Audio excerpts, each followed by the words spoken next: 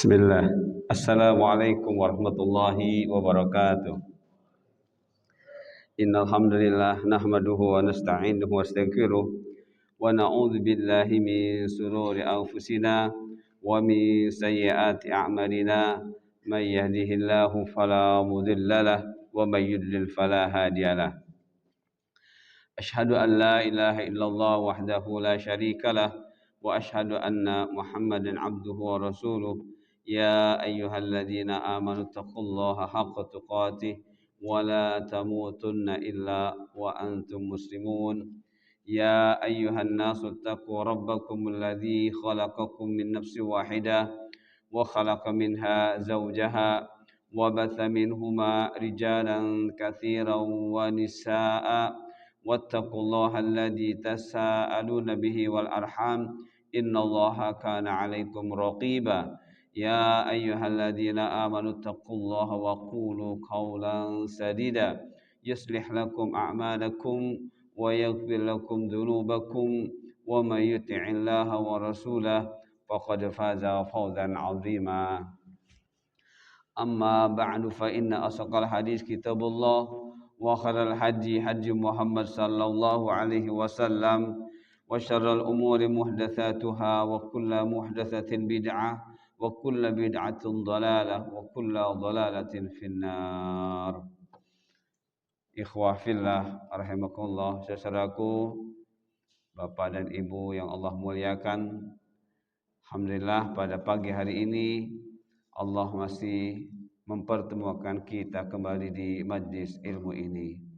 Semoga ilmu yang selama ini kita tuntut adalah ilmu yang bermanfaat, ilmu yang akan menjadikan kita beramal, bernilai ibadah. Saudaraku yang Allah muliakan, kita akan lanjutkan bahasan dari hadis yang ke-19, yaitu poin yang kelima, perintah bersabar dalam ketaatan, sabar dalam menjalani takdir. Perintah bersabar dalam ketaatan dan perintah bersabar dalam menjalani takdir. Baik teman-teman yang Allah muliakan, kita mulai dari sisa hadis yang semuanya adalah merupakan wasiat Rasulullah sallallahu alaihi wasallam, terkhusus kepada Ibnu Abbas, umumnya kepada kita semuanya, yaitu wa'lam annal ummata law ijtama'at ala ayyan fa'uka bi syai' lam yanfa'uka illa bi syai' qad katabahu Allahu lak wa law ijtama'u ala ay yadurruka bi syai' lam yadurruka illa bi syai' qad kataballahu 'alaik rufi'atil aqlam wa jaffatis suhub wa'lam annama akhta'aka lam yakun liyukhti'ak wa'lam anna an-nasra ma'as sabr wa annal faraja ma'al karub ya wa anna ma'al usri yusra. Seperti itu yang akan kita bahas terjemahnya. Ketahuilah bahwasannya andai manusia itu berkumpul untuk memberi manfaat kepadamu, maka mereka tidak akan mampu memberi manfaat kepadamu kecuali yang telah ditetapkan oleh Allah. Dan andai manusia berkumpul untuk mencelakaimu, maka mereka tidak akan mampu mencelakaimu kecuali yang Allah kehendaki. Pena telah diangkat dan lembaran pun telah kering. Kemudian, dan ketahuilah bahwa apa yang tidak ditetapkan untukmu, maka itu tidak akan terjadi kepadamu. Ketahuilah bahwa pertolongan itu bersama kesabaran, dan kelapangan itu bersama kesempitan, dan kesulitan itu bersama kemudahan. Seperti itu teman-teman ya. Terjemah dari teks hadis yang menjadi wasiat dari Rasulullah SAW kepada Ibnu Abbas terkhusus dan kepada kita umumnya. Nah, dari teks hadis ini dan sesuai dengan subjudul yaitu perintah bersabar dalam ketaatan, perintah bersabar dalam menjalani takdir, maka kita akan bahas sabar apa, taat apa, takdir apa, dan kemudian isi dari wasiat Rasulullah SAW yang terakhir ini. Baik teman-teman yang Allah muliakan, ketika bicara sabar, insya Allah semuanya sudah sangat paham, ya. Sabar secara bahasa bertahan, ya, al-imsak, ya, bertahan, tidak bergerak. Itu secara bahasa. Tapi secara istilah banyak ulama mendefinisikan tentang sabar, ya. Namun saya coba mengutip salah satu definisi sabar dari kitab Ruh, ya, kitab Ruh, seperti itu. Nah, di sini dikatakan oleh muallif, oleh penulis, bahwa as-sabru huwa habsun nafas ala ma yaqtadihi al-aql wa syar'u. Ya. As-sabru, sabar adalah habsu. Habsu itu bahasanya memenjarakan, ya. Memenjarakan. Dengan dipenjara berarti terkungkung, ya. Tidak bisa bergerak kecuali pada batas penjara tersebut. Nah, ini definisi sabar. Jadi kita terjemahkan dengan memposisikan diri, ya. Karena kita tidak bermaksud mengkungkung. Kalau mengungkung itu terkesan negatif. Tapi kalau memposisikan diri, ya berarti sedang menyesuaikan diri, ya. Memposisikan diri alias jiwa raga, ya, ala ma yaqtadil aqlu wa syar'u, untuk tetap mengikuti apa yang dituntut atau diperintahkan oleh akal dan oleh syariat. Jadi pada hakikatnya diri kita ini setiap saatnya ada yang menyuruh, ya. Yang menyuruhnya adalah akal. Akal adalah, semuanya sudah tahu, hati, ya, qalbun alladzi imtala'a al-ilmu, yang sudah terisi ilmu, yang sumbernya dari syariat. Jadi penyebutan akal itu khusus, ya, dari Allah untuk orang yang hatinya telah berisi ilmu, yang sumbernya jelas dan pemahamannya benar. Itulah hakikat akal. Nah, ketika orang ini hatinya sudah terisi ilmu yang benar, itu dia sedang disuruh, ya. Akalnya selalu menyuruh. Untuk apa? Untuk senantiasa berada dalam pahala. Itu sebenarnya, ya. Ketika orang ini sudah berisi hatinya dengan ilmu, maka pada hakikatnya dia terus sedang dibimbing, ya, untuk bisa mengisi waktunya dengan pahala. Dengan memperoleh pahala. Itu sebenarnya, teman-teman. Maka ketika kita ini lalai, ya, ketika kita jenuh, itu sedang diganggu, ya.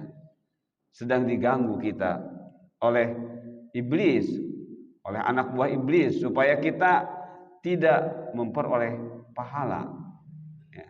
Seperti itu, teman-teman, ya. Jadi pada hakikatnya ketika kita sedang malas, itu menunjukkan kita punya akal, ya, punya akal. Dan iblis dengan anak buahnya tidak suka kalau kita ini menjadi hamba Allah yang berakal, ya. Makanya kita berupaya, ya, agar kita bisa terus memposisikan diri di tempat di mana kita bisa memperoleh pahala. Ini hakikat sabar, ya. Jadi sabar adalah memposisikan diri untuk tetap mengikuti apa yang dituntut atau diperintahkan oleh akal dan syariat, alias senantiasa beramal dengan ilmu, ya. Sabar sama dengan senantiasa beramal dengan ilmu itu. Jadi kapanpun kita, dengan siapapun, kondisi apapun, ketika kita fokus pada ilmu, itulah sabar sebenarnya. Ya, itu makna sabar yang hakiki. Jadi bukan sekedar bertahan, tapi bertahannya itu maksudnya beramal dengan ilmu. Seperti itu teman-teman ya. Walaupun kita harus marah, kalau marahnya pakai ilmu, ya itu sabar. Ya. Karena kalau bicara marah, Rasulullah juga dijadikan oleh Allah sebagai contoh bagaimana marah. Ya. Seperti itu teman-temannya. Jadi sekali lagi, pada hakikatnya sabar adalah berilmu. Berilmu. Dan ilmunya dipraktekkan saat itu. Itulah hakikat sabar. Yang pertama ya. Yang kedua taat. Nah, taat kalau kata Ibnu Abbas dalam tafsir Al-Mikbas, taat itu beliau katakan at-tauhid wa ittiba ya. Jadi kata kunci taat tauhid wa ittiba.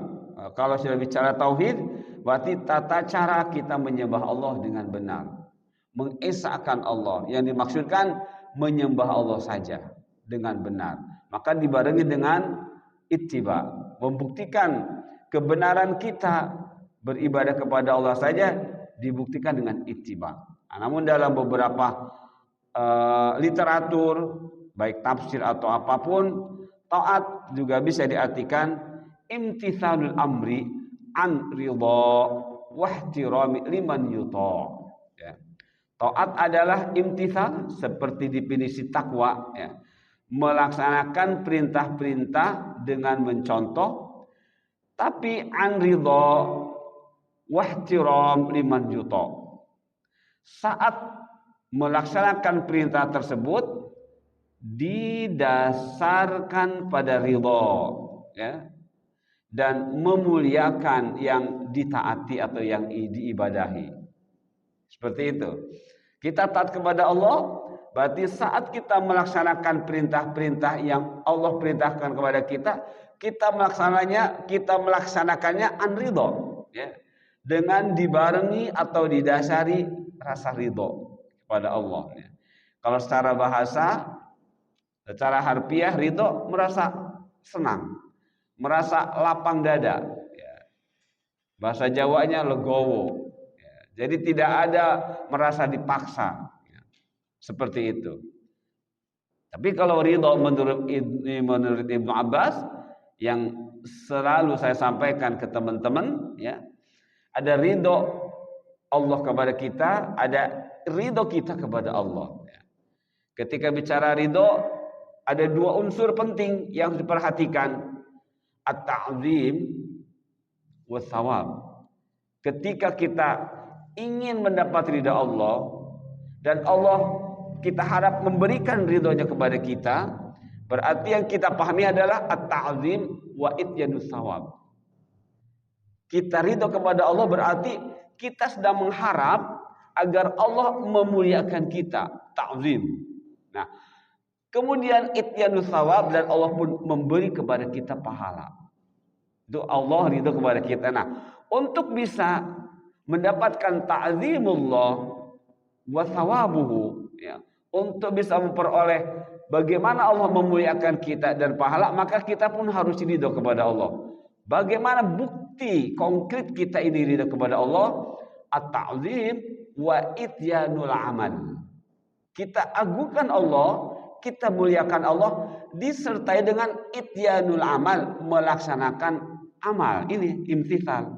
Ya. Lakukan perintah-perintahnya. Itu namanya ridho. Jadi sekali lagi, ketika bicara ridho, secara definisi ada ridho dari Allah kepada kita, ada ridho kita kepada Allah. Tadi sudah sampaikan. Ya. Itu teman-teman ya. Nah, sudah ridho dibarengi ihtiram liman yuta.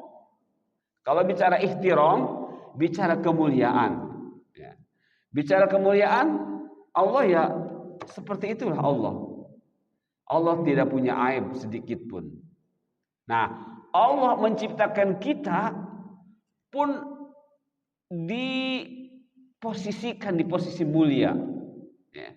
Bagaimana kita bisa melihat, bisa memahami bahwa kita ini mulia, ya, bahwa kita menjadi maqasid syariah, menjadi tujuan diciptakannya syariat oleh Allah. Nah, ketika bicara maqasid syariah, selain agama itu sendiri, kita tidak lepas dari 4 hal. Pertama, nafas, ya. Ini seperti pada definisi sabar, nafas. Kemudian akal. Nah, 2 lagi, al-nasal wal mal. Ya. Pertama nafas, diri kita, kemudian akal, kemudian nasal, keturunan, dan keempat mal, harta benda. Inilah disebut dengan ihtiram. Ketika kita jaga 4 hal ini dengan agama, berarti kita sedang memuliakan diri kita. Nah, dalam taat kita memuliakan Allah, memuliakan Allah, ihtiram, ya. Ihtiram. Kalau tadi ta'zim ketika ridho, ini ihtiram. Ihtiram tadi sekali lagi kaitannya dengan 4 unsur tadi. Ada nafas, ada akal, ada nasl, ada mal. Nah,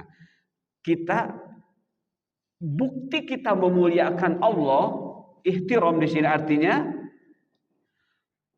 maka gunakan 4 hal tadi untuk melaksanakan perintah Allah, untuk melakukan ketaatan kepada, berarti itu ihtiram Allah. Ya, sekali lagi, bukti kita ini ihtiramullah di sini, wahtiram liman yuto, ya, ihtiram liman yuto di sini artinya diartikan juga memuliakan.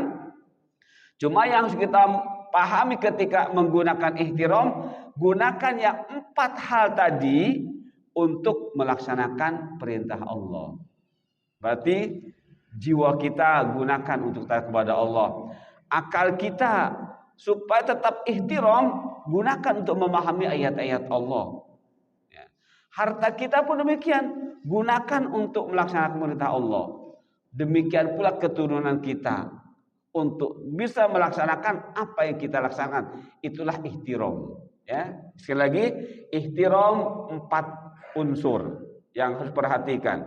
Seseorang berarti sedang ihtiram, sedang memuliakan, sedang menghormati, sedang menjunjung ketika 4 hal ini digunakan dengan benar.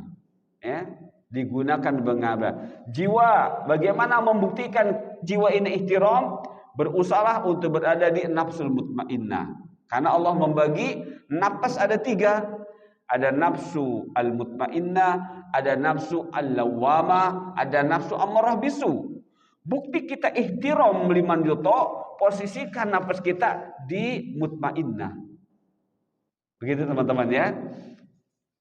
Akal, supaya kita bukti ihtiram, ya, memuliakan, menghormati, yang mengagungkan, yang ditaati, isi hati kita terus dengan ilmu yang benar. Itu ihtiram, ya. Harta gunakan terus untuk taat, itu ihtiram. Dan keturunan kita punya anak, kita punya cucu, kita didik mereka agar mereka seperti kita. Itu namanya ihtiram liman yuta, ya. Baik, 2 ya. Jadi sabar sudah, taat sudah. Kemudian takdir. Saya tidak mencatat di sini takdir, ya. Definisinya teman-teman insya Allah semua paham. Ketika bicara takdir itu bicara qada, ya, bicara qada. Takdir disebut juga dengan qadar, ya. Jadi ada qada, ada qadar atau takdir. Kalau qada, keputusan Allah, ketetapan Allah yang di Lauhil Mahfuz, ya. Dan sedangkan takdir atau qadar itu kepanjangan, ya, kepanjangan dari qada atau lanjutan dari qada. Apa maksudnya? Ketika bicara takdir, bicara dengan langsung dengan realita kehidupan kita. dengan kenyataan hidup kita. Ya. Jadi ketika bicara takdir, berarti Allah memberikan kepada kita kekuasaan untuk terjadinya sesuatu, untuk memutuskan sesuatu. Ketika persyaratan itu terpenuhi, maka takdir akan terjadi. Termasuk sekarang teman-teman hadir di majelis ilmu ini tidak lepas dari takdir Allah, dari qadanya Allah. Jadi kalau qada itu katakanlah di atas misalnya, takdir terus disebar, ya. Semua orang diberi kemampuan untuk memutuskan, untuk bisa menjadikan sesuatu dalam kehidupan sehari-harinya. Nah, ini namanya takdir, ya. Bisanya hadir kita atas takdir Allah. Apa takdirnya? Allah memberikan kepada kita kendaraan kita sehat, ya. Jadi sampai ke sini. Kalau tidak sampai ke sini, ya takdirnya kita harus berada di rumah, ya.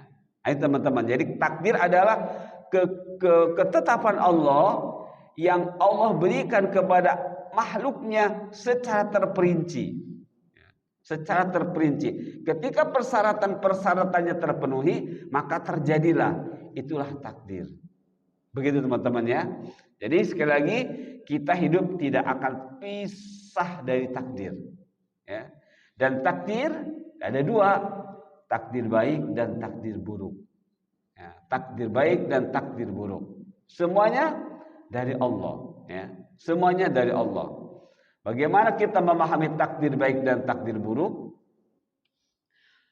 Apa yang terjadi kepada diri kita yang kita merasakan penolakan, ya, maka itulah hakikatnya takdir buruk, ya.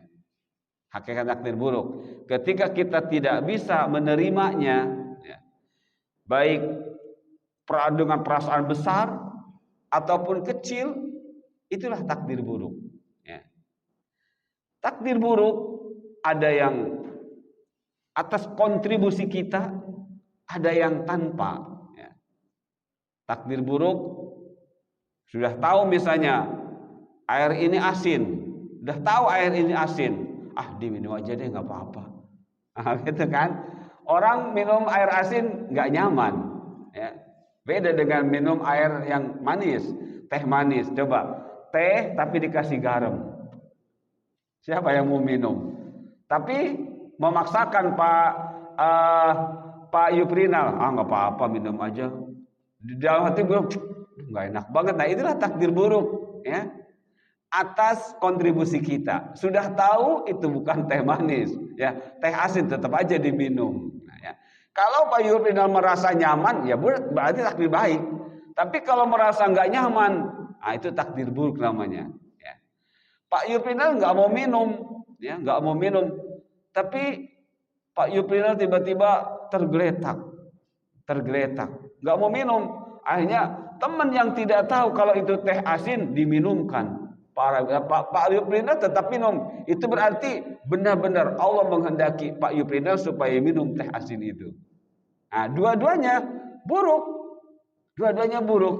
Satu, Allah benar-benar menghendaki agar terjadi satu atas keinginan sendiri. Nah, dua-duanya jika sudah terjadi kepada kita, maka kita harus menjadikannya itu kebaikan.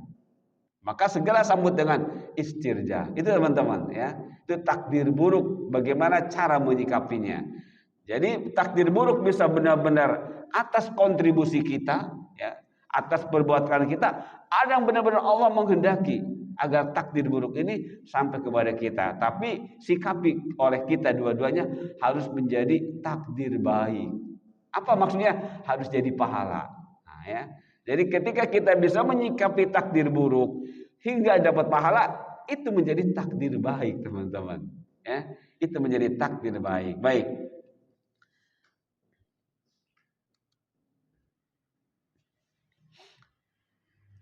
Kita sering mengenal ibarat atau ungkapan sabar dalam taat, as-sabru 'ala tha'ah, ya.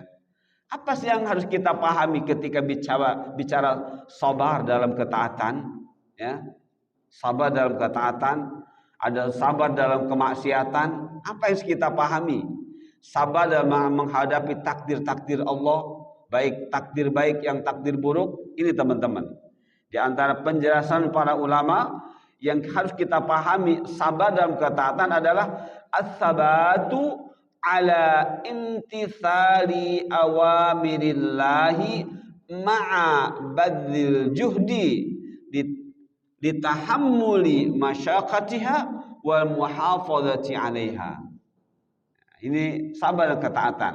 Sabar dalam ketaatan yaitu konsisten, tetap dengan kuat, ya, tetap dengan kuat, ya. Tidak menjadi lemah, ya. Tidak menjadi lemah, tapi tetap kuat dalam melaksanakan perintah-perintah Allah. Ala imtithali awamirillah, ya. Ma'a badil juhdi, disertai atau dengan bersungguh-sungguh dalam menanggung kesulitan. Jadi litahammuli masyaqatiha. Kita tahu ketika kita ini taat kepada Allah, kita tahu bahwa melaksanakan ketaatan itu tidak gampang, ya. Akan selalu ada tantangan. Nah, ini namanya litahammuli masyaqatiha. Karena kita tahu, maka kita berusaha untuk badul juhdi, untuk mencurahkan segala kesungguhan kita, ya. Beda yang tidak tahu, akan santai. Tapi kalau sudah tahu, dia sudah mempersiapkan. Itu namanya badul juhdi litahammuli masyaqatiha, ya. Gitu. Kemudian wal muhafadzah, dan terus menjaganya. Menjaga perintah-perintah tersebut. Bukti menjaga perintah bukan sekedar melaksanakan, tapi cara melaksanakannya pun benar. Itu namanya muhafadzah, ya. Sekali lagi, yang dimaksud muhafadzah bukan sekedar menjaga. 5 waktu jaga sholat, ya. Sudah tiba waktu sholat, tapi tata caranya tidak, belum termasuk muhafadzah, ya. Jadi yang disebut muhafadzah bukan hanya melaksanakan, tapi laksanakanlah seperti seharusnya, ya. Seperti yang diperintahkan. Sebagaimana teman-teman sudah bahas pada hadis-hadis yang sebelumnya, Allah menyuruh kita menjaga sholat, kan? Menjaga sholat. Apa dalam surah Al-Baqarah? Menjaga sholat, hafidhu ala salawat, hafidhu ala salawat wassalatil wusta. Kata Allah, jaga sholat kalian, ya. Baik yang wajib ataupun yang sunnah. Apa kata para ulama yang dimaksud menjaga sholat ini? Ada 6, kan? Ada 6 poin yang kita perhatikan dalam menjaga sholat.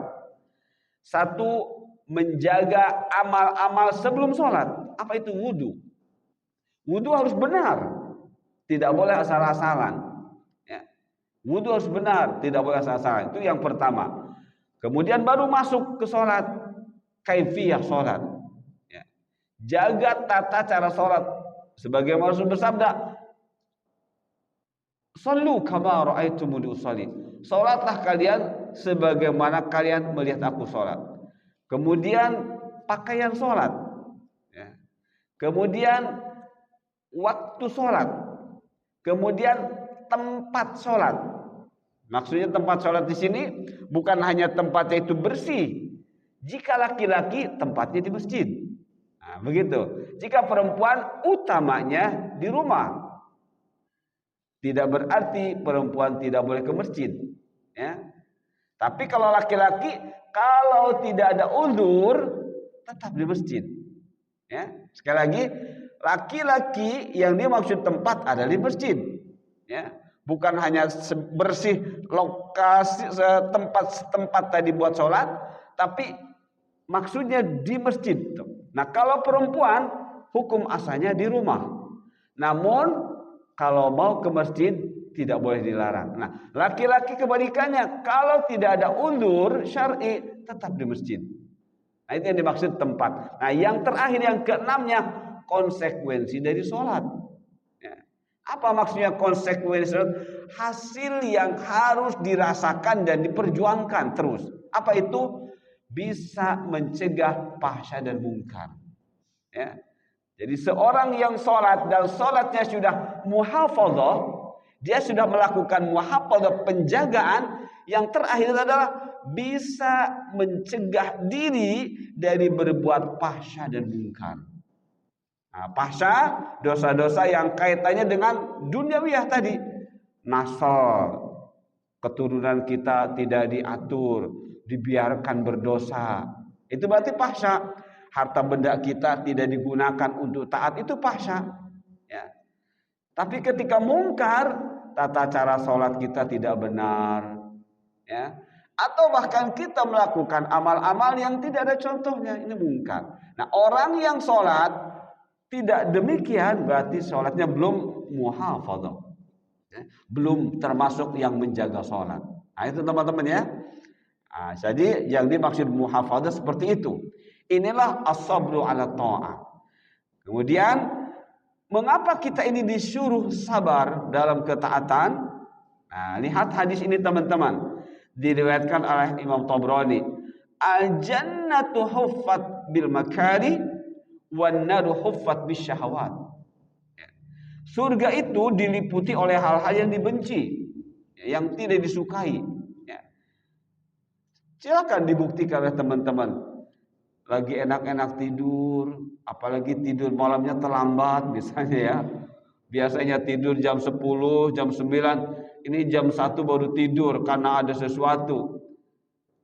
Subuh tiba-tiba gimana? Berat sekali kan? Berat sekali saat itu. Tapi kita ingat ke sini, al-jannatu huffat bil makari.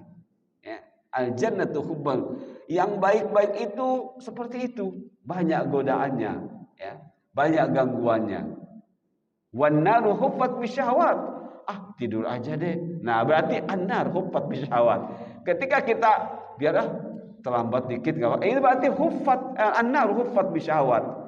Dia lebih memilih dari yang dia senangi oleh hawa nafsunya. Nah, itu ya teman-teman. Jadi mengapa kita sabar dalam, atau seperti apa target sabar dalam, ya ini targetnya al-jannatu huffat bil makari wa naru huffat bisyahwat.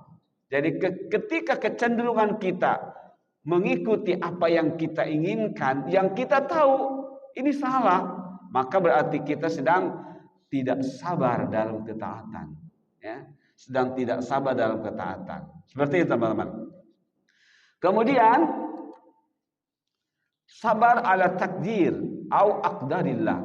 Sabar dalam menghadapi takdir Allah. Sudah tadi saya contohkan di awal-awal, tapi ini kita perkuat dengan dalil, ya, dan dengan definisi. Apa itu sabar dalam takdir atau aqdarillah? Ar-ridha inda wuqu'i ma qadarahu Allah min umurin mu'limah au ghair margubah. Dalam kurung musibah au ibtila. Artinya apa teman-teman? Sabar dalam menghadapi takdir Allah yaitu merasa ridho. Tadi sudah diserangkan tentang ridho, ya. Menerima dengan lapang dada ketika terjadi sesuatu yang Allah takdirkan. Meskipun itu menyakitkan atau tidak diinginkan. Nah, khususnya takdir buruk, teman-teman, ya. Kalau takdir baik, kita sudah merasa nyaman, aman. Tapi ketika takdir buruk, nah inilah, maka diutamakan sabar ala takdiri, artinya lebih ke ibtila atau musibah. Ibtila berarti ujian, ya. Musibah berarti sesuatu yang sebenarnya ujian juga. Cuma ketika bicara musibah itu lebih berkonotasi pada yang tidak disukai. Kalau ibtila itu biasanya dibagi dua, yang menyenangkan dan yang tidak menyenangkan. Walaupun secara spesifik, secara khusus ada istilah ikhtibar, ya. Ikhtibar adalah ujian yang menyenangkan. Ibtila ujian yang tidak menyenangkan. Seperti musibah sebenarnya lebih ke yang tidak menyenangkannya, ya. Jadi ketika ada ibtila di sana sebenarnya terkandung di dalamnya ikhtibar, ya. Kalau musibah biasanya lebih yang tidak menyenangkannya. Nah itu teman-teman ya. Jadi bagaimana kita menyikapi takdir-takdir dari Allah, khususnya takdir buruk ya, khususnya adalah seperti ini. Harus senang. Harus senang. Nah, bagaimana membuktikan kesenangan ini? Nah, lihat ayat dari surah At-Taghabun. Ma asaba min musibatin illa biidznillah wa may yu'min billahi yahdi qalbah wallahu bikulli syai'in alim. Ya. Kata Allah, tidak ada satu musibah yang menimpa seseorang kecuali dengan izin Allah. Kecuali dengan izin Allah. Kalau Allah nggak mengizinkan, tidak akan sampai seperti yang sudah ma'ahto'aka ya, ma'ahto'aka an lam yuhti'ak atau lam yusibka. Kalau memang Allah tidak menghendaki itu terjadi kepada kita, tidak akan terjadi ya, tidak akan. Ma'ahto'aka lam yakun liyusibak ya, apa yang Allah tidak kehendaki untuk terjadi kepada kita tidak akan terjadi. Tapi kalau Allah sudah menghendaki, itu pasti terjadi kepada diri kita. Nah, makanya ini ayatnya, ma asaba min musibatin illa biidznillah. Nah, yang paling penting Allah ingatkan, wa may yu'min billah. Nah, kita harus meyakini bahwa yang terjadi kepada diri kita itu adalah atas kehendak Allah. Apa maksudnya? Mengapa Allah sampaikan ini? Karena Allah ingin apa yang terjadi pada diri kita bukan menjadikan diri kita berdosa, tapi justru menambah ketaatan kepada Allah. Allah katakan di sini yahdi qalba, berarti Allah memberikan perhatian terkait dengan takdir ini adalah hati. Ya, hati ini harus menjadi pusat perhatian ketika bicara takdir. Ya, karena tadi kan perasaan. Ya. Bicara musibah, bicara ibtila, bicara takdir itu perasaan, ya, terima atau tidak, ya, menolak atau menerima, seperti teman-teman ya. Nah itu kaitannya dengan hati. Ketika hati kita sudah menjadi akal, berisi ilmu, ya, yang tahu bagaimana untuk menghadapi takdir-takdir tersebut, inilah yang Allah maksudkan, yahdi qalbah, ya, Allah beri hidayah. Alias Allah bimbing hati kita ya, agar kita bisa menerima takdir-takdir yang Allah berikan kepada kita ya, terutama yang sulit, takdir yang buruk ya. Kalau takdir senang ya, tapi ketika takdir buruk, nah inilah teman-teman ya. Makanya ayatnya yang sudah sangat populer ya, ayat 155 ya, bahwa dengan beristirja inilah ya. Jadi sikap yang menjadikan kita hati kita berisi hidayah, ayat 155 yaitu istirja, inna lillahi wa inna ilaihi rajiun. Maka ketika kita mengucapkan istirja, maka Allah menjadikan kita diberi rahmat dan dalam bimbingan Allah. Inilah yahdi qalbah. Baik teman-teman, dari hadis yang tadi kita baca ya, ini nanti kita akan bahas, ada 5 poin teman-teman ya.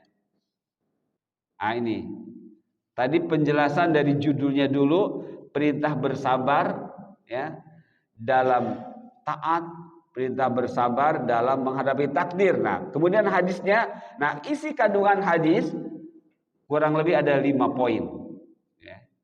Isbat annallaha wa wahdah al-mutasarrif. Nanti dari 5 ini kita bahas ya. 5 ini kita bahas, kita langsung saja ya. Al-mafhum al-'am lil hadis ya.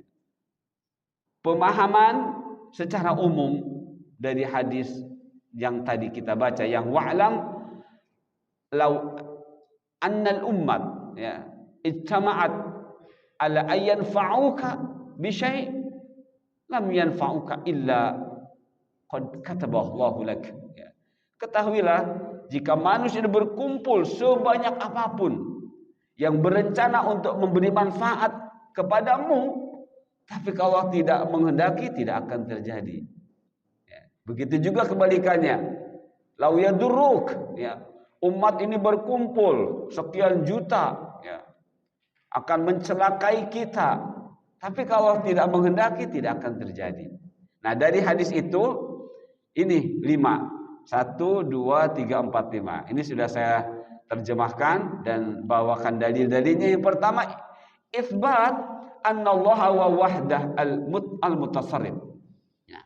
La ahad yastati ay yu'tiyahu syai'an illa biidnillahi wa la ahad yastati ay yamna'a anhu syai'an kataballahu lah. Di sini hadis ini menetapkan bahwa hanya Allah yang maha pengatur, al-mutasyarrif, ya, yang maha mengatur. Artinya apa? Tidak seorang pun yang mampu memberi sesuatu kepada seseorang yang lain kecuali dengan seizin Allah. Dan begitu pula tidak seorang pun mampu menahan sampainya sesuatu kepada seseorang yang lain kecuali yang telah ditetapkan oleh Allah. Alhamdulillah, kita sudah senantiasa membentengi diri dengan wirid atau zikir ba'da salat. Ya, zikir ba'da. Ini untuk membuktikan bahwa Allah yang Maha Pengatur. Ya, Allah yang Maha Mengatur. Tidak akan terjadi kepada diri kita kalau Allah tidak menghendaki. Ya, baik yang baiknya ataupun yang buruknya. Nah, ini alhamdulillah yang senantiasa kita wiridkan setelah salat kita. Allahumma la mani'a lima a'taita wa la mu'tiya lima mana'ta wa la yanfa'u dzal jad minka jad. Nah, ini teman-teman, ya. Inilah kita harus memahaminya bahwa apa yang kita zikirkan, yang kita wiridkan setiap kali setelah salat, ini sebenarnya kita sedang mengakui bahwa Allah lah yang hanya Maha Pengatur. Ya.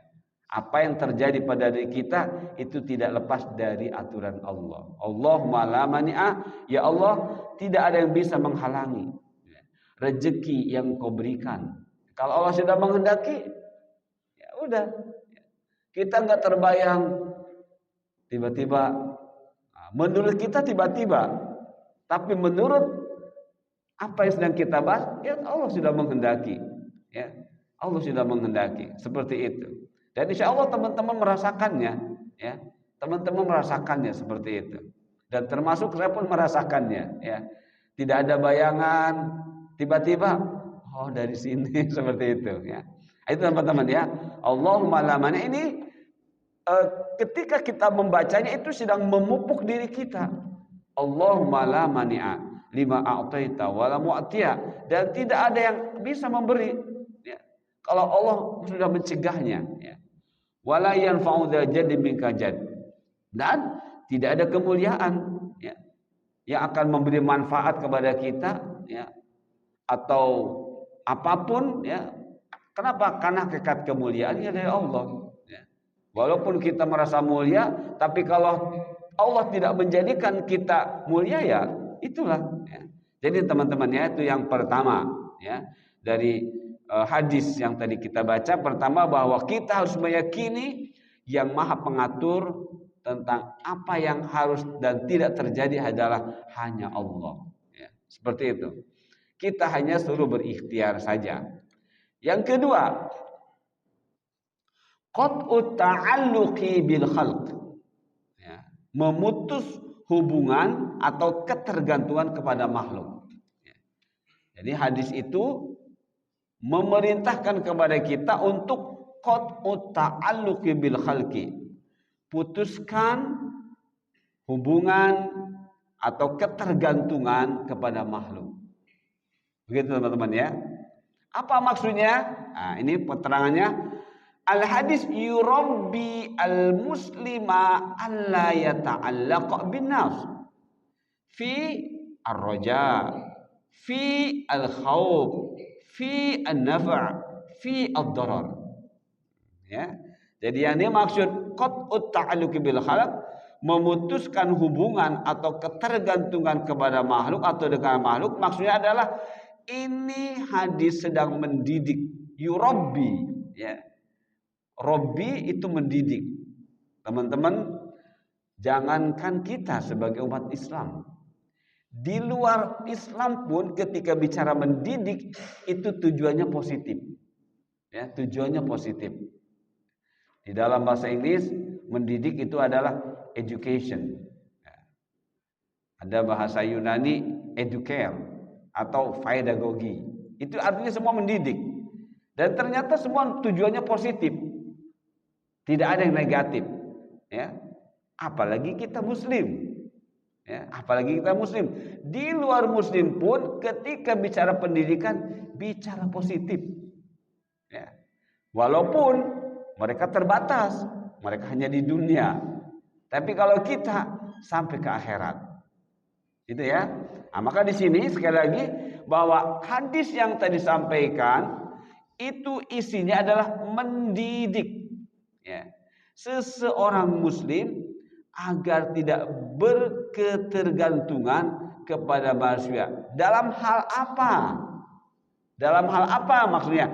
Dalam berharap, dalam takut, dalam manfaat, mencari manfaat, dan dalam bahaya. Seperti itu teman-teman ya.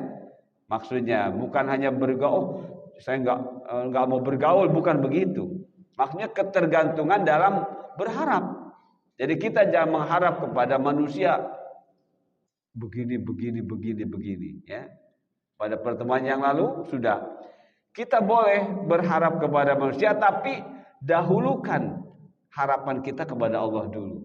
Sebagaimana kita boleh minta kepada manusia, tapi hati kita tetap minta kepada Allah. Ya. Hubungan kita dengan manusia sebatas ikhtiar. Ya. Bukan keputusan. Keputusan adalah Allah. Ya. Keputusan adalah Allah. Itu teman-teman ya. Jadi yang maksud memutus hubungan atau ketergantungan adalah terkait dengan harapan. Ya. Terkait dengan rasa takut. Terkait dengan manfaat.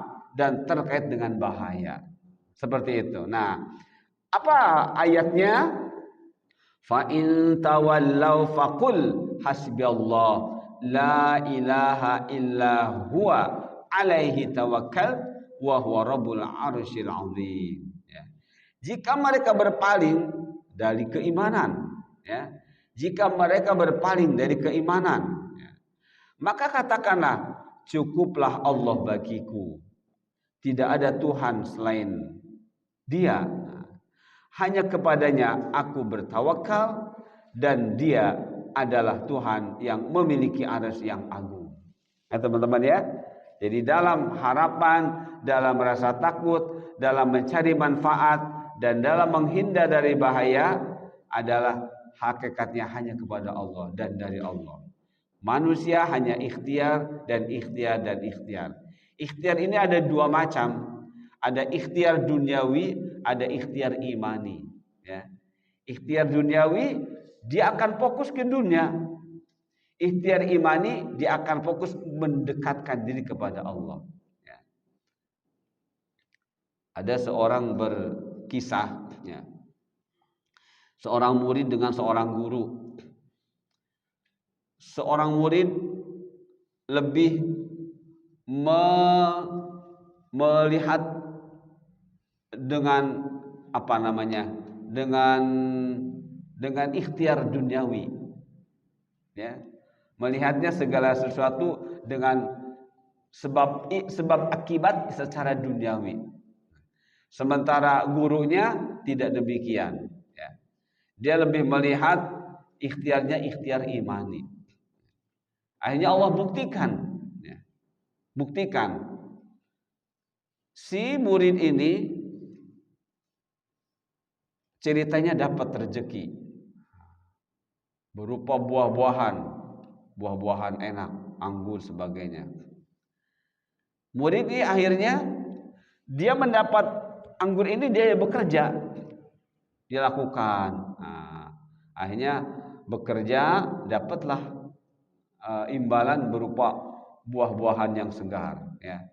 Dia bekerja di kebun, dia ikut memanen, dia dapat. Dia, nah inilah ikhtiar saya berupa duniawi. Karena saya bekerja di di kebun anggur, ya saya dapat anggur. Apa yang terjadi teman-teman?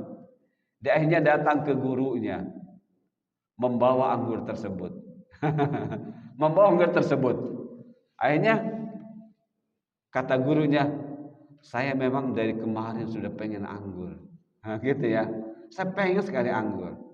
Dan sekarang didatangkan anggur itu. Padahal saya tidak bergerak. Saya tidak mencari anggur itu. Tidak seperti engkau. Baru dia sadar, oh iya ya. Ternyata ikhtiar itu ada dua.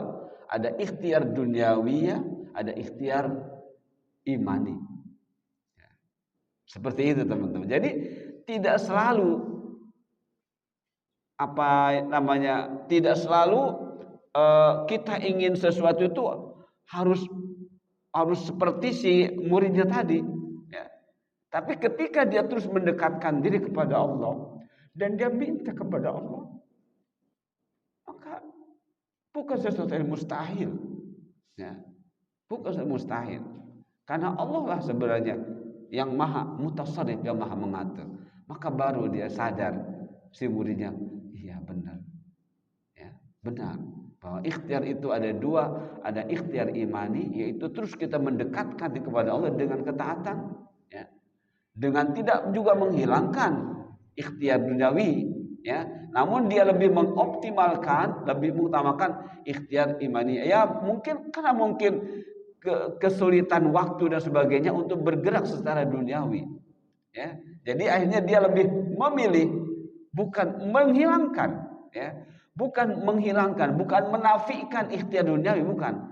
Tapi situasi kondisi buat gurunya ini tidak memungkinkan untuk bergerak secara duniawi. Maka dia fokuskan bergerak secara imani dan memperolehnya. Seperti itu teman-teman, ya. Jadi inilah hasbi Allah, ya. Hasbi Allah, cukuplah Allah bagi saya. Nah, gitu ya. Jadi kalau kita mengatakan hasbiya anta ya Allah, boleh. Hasbiya anta ya Allah, cukuplah bagi saya engkau ya Allah. Nah, gitu ya. Ini teman-teman, ini dalam rangka qat'ut ta'alluq bil khalq, ya. Jadi walaupun tidak ada ikhtiar duniawiyah, tapi dia nyambung ta'alluqnya kepada Allah, bagi Allah tidak ada yang tidak mungkin, ya. Seperti itu. Baik, lanjut teman-teman. Yang ketiga, taqwiyatut tawakkul 'ala Allah. Taqwiyah yang memperkuat, ya. Memperkuat. Taqwiyatut tawakkul 'ala Allah, apa ini maksud? Idza 'alimal 'abdu anna rizqahu wa shifaahu wa najatahu wa karamatahu wa rif'atahu kullaha biyadillah, itma'anna qalbu wa'tamada 'ala Allah wa lam yakhaf min makhluqin.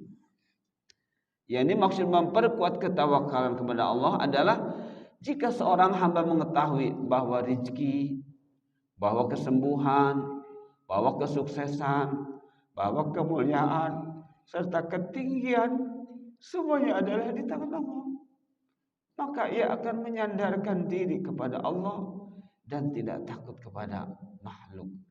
Itma'anna tentram.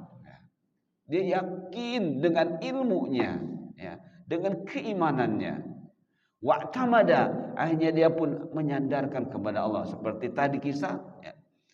Dan dia tidak takut, benar-benar tidak takut kepada makhluk, ya.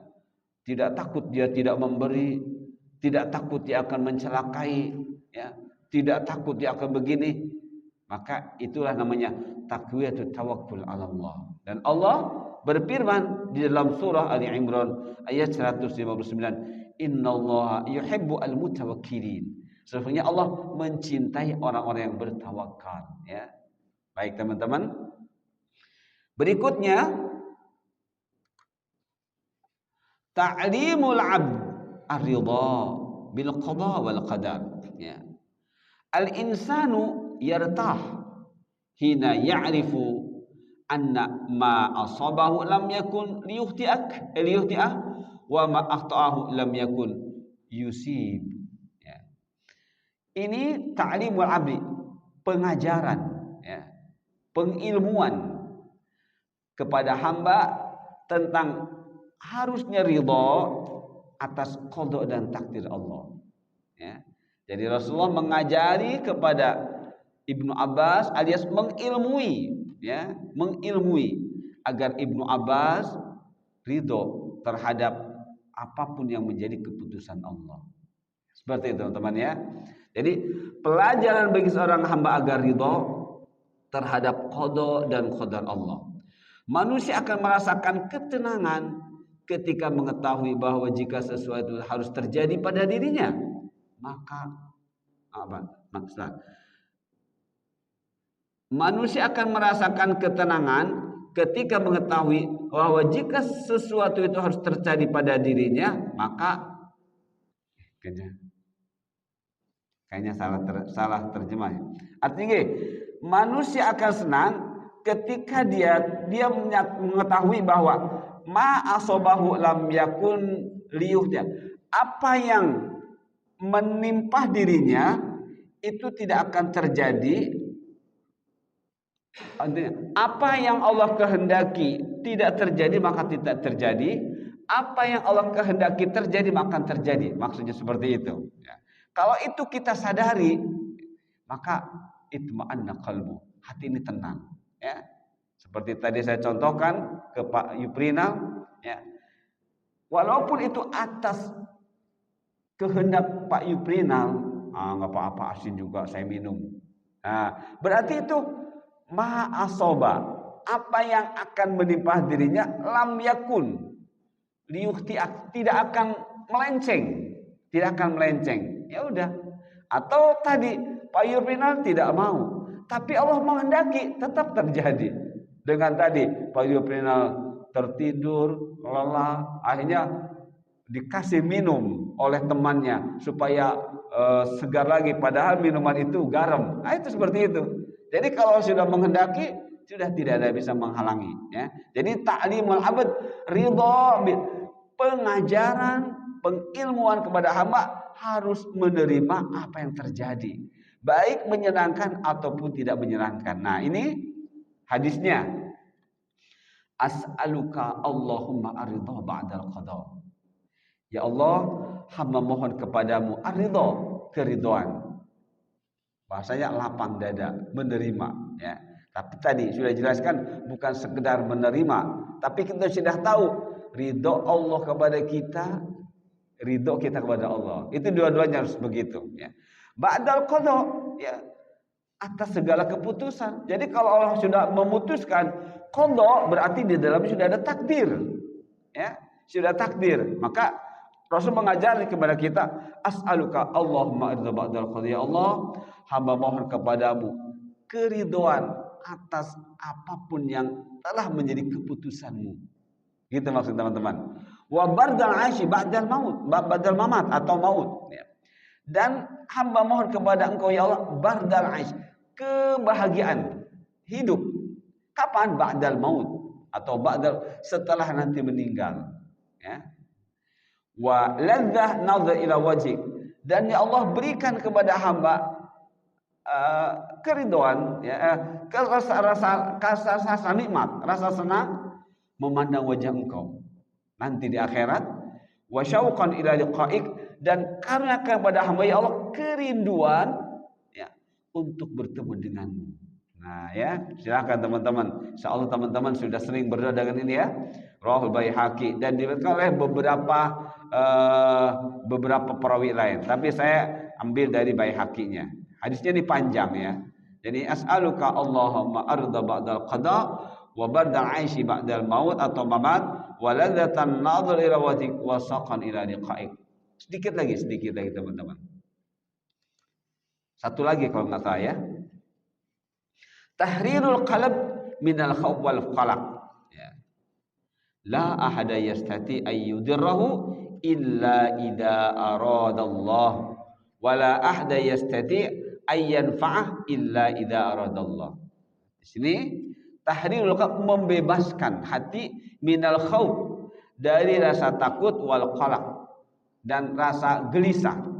Khauf, insyaallah teman-teman masih ingat, rasa takut terhadap makhluk Allah terkait dengan bahayanya, itu khauf ya. Kalau takut kepada Allah khosyah. Dari khosyah yang benar akan menimbulkan khauf ya, yang benar ya. Khauf adalah rasa takut kepada makhluk Allah terkait dengan bahayanya. Apa saja ya. Walaupun dia ada orang baik ya. Tapi ketika kita ini tahu bahwa dia sedang begini, sedang begitu, kita takut bahayanya, itu namanya khauf ya. Jadi khauf adalah rasa takut yang bisa dihindari ya. Yang bisa dihindari. Tapi kalau khosyah tidak bisa ya. Semakin kita khosyah kepada Allah, bukan semakin lari menjauh, tapi larinya mendekat. Kalau khauf bisa menjauh ya. Orang yang khauf maka lari menjauh untuk menghindari bahayanya. Tapi kalau khosyah tidak bisa jauh, malah mendekat. Itu ya bedanya. Nah teman-teman, apa yang dimaksud dengan tahrirul qalb minal khauf wal qalaq adalah membebaskan hati dari rasa takut dan kegelisahan ya. Tidak seorang pun mampu mencelakai seseorang lain kecuali jika Allah menghendakinya, dan tidak seorang pun mampu memberi manfaat kecuali jika Allah menghendakinya. Nah, ini ayatnya, alaisallahu bikafin abda ya. Bukankah Allah cukup, nah, artinya Allah saja, seperti dari hasbi Allah, cukup untuk melindungi hamba-hambanya. Jadi nggak perlu yang lain ya, nggak perlu yang lain. Allah cukup bagi kita untuk menjadi pelindung. Dari apa? Dari rasa takut dan dari rasa gelisah. Nah, jadi manusia, jadi kita teman-teman, ketika ada rasa takut, ada rasa gelisah ya, akan bahaya, akan hal-hal negatif, maka ingat ayat ini, alaihissallahu bikafin abda ya. Bukankah Allah cukup ya untuk kalian ya, menjadi perlindungan buat kalian, buat kita, kata Allah begitu ya. Ah, itu teman-teman, alhamdulillah sudah cukup waktunya, malah lebih sedikit ya. Dari hadis yang ke-19, alhamdulillah, mudah-mudahan kita termasuk di antara hamba-hamba Allah yang diberi kesabaran dalam ketaatan, sabar dalam menghadapi takdir buruk dan takdir baik, dan sabar dalam kemaksiatan. Nah, ketika kita mampu sabar ala taatillah wa sabar ala aqdarillah, berarti kita pun mampu sabar ala maksiatillah, sabar dalam kemaksiatan. Maksudnya ketika ada kesempatan bermaksiat, segera kita menghindar. Insyaallah pertemuan berikutnya adalah hadis yang ke-20, yaitu tentang hakikat rasa malu ya. Kita akan membahas apa sih malu itu ya. Itu saja teman-teman, mudah-mudahan sekali bermanfaat, mudah-mudahan kita menjadi hamba-hamba yang senantiasa melaksanakan wasiat Rasulullah sallallahu alaihi wasallam. Begitu juga kita nanti ajarkan kepada keluarga kita, istri dan anak-anak kita, juga teman-teman kita. Kita tutup dengan doa, subhanakallahumma bihamdika asyhadu an la ilaha illa anta astaghfiruka wa atubu ilaik. Wassalamualaikum warahmatullahi wabarakatuh.